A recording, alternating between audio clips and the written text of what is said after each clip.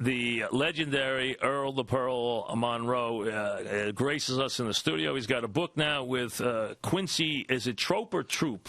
Troop. Okay.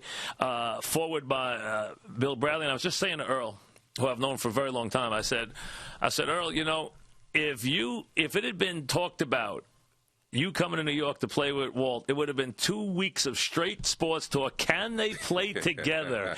Because that was the grand experiment.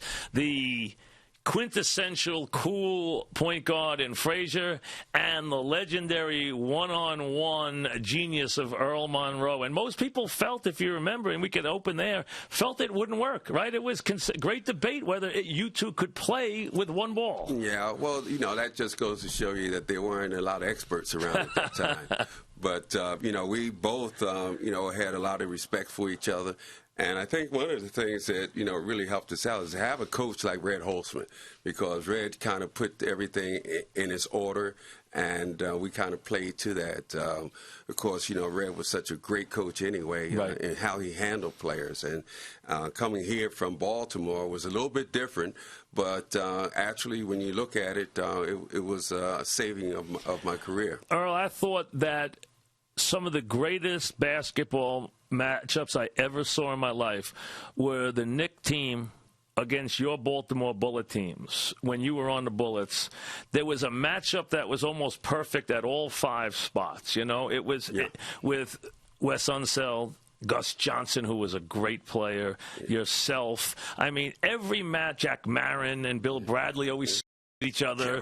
Kevin Lockery. I mean, it was such a great matchup, and those were great series. They really were. Well, you know, when I look back, I see that series, or those series, in the first year, which was my second year when in Baltimore, we went from last to first, yep, and we wanted to play the Knicks, and the Knicks, we got them, and they beat us 4-0. The next year was really a battle, because we played to a 7-game series in that.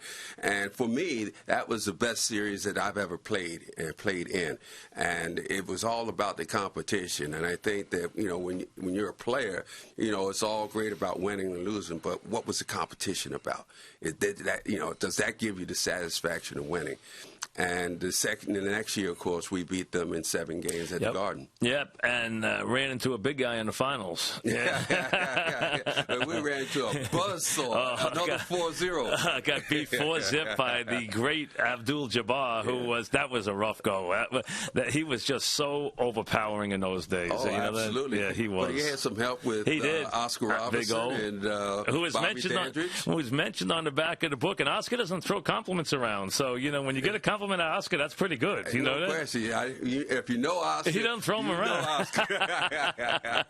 Let's go back to the beginning, though. We're talking with the great Earl the Pearl Monroe to a different time in Carolina, a small college player playing for one of the legendary coaches in Big House Gaines. And really, though, the #1 scorer in the country, but not everybody knowing who Earl Monroe was at the time. Yeah, and it was interesting. Frank DeFore was the first guy to really write about me in the Sports Illustrated. And, you know, when I first saw my name in there, you know, I've always remembered that. And, you know, then meeting him later on in life was, you know, a real thrill. But, you know, we had a great season that year. You know, even though I was scoring a lot of points, we were #1 in the nation as a small college. And the other thing in a nutshell is that, you know, with Big House, our game was such, it was like an NBA game. So it was made it very easy kind of to. How'd you get to that school?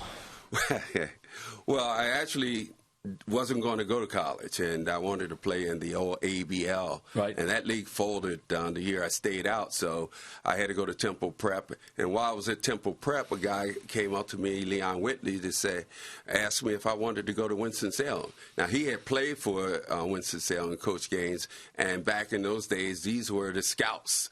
And I told him no, because I hadn't been south and I didn't know what was going on. And I went to work at a knitting mill. Well, after a few months of working in a knitting mill, that back to the basketball court. He came back and said, "Do you want to go down south?"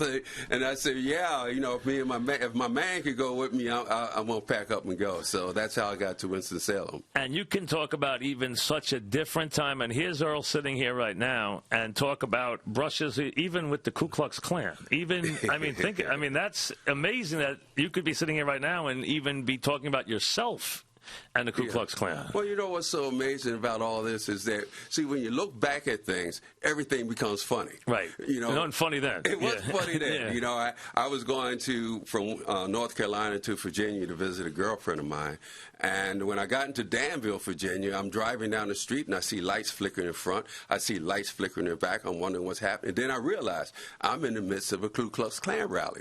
So I take the car and I get off the street, and I jet down this one street, and now about 3 cars are right behind me. They're chasing me and chasing me. Well, I sped on so much, I guess they decided to just let that guy go. You know? That's scary stuff. But the interesting thing about that is that it was a borrowed car.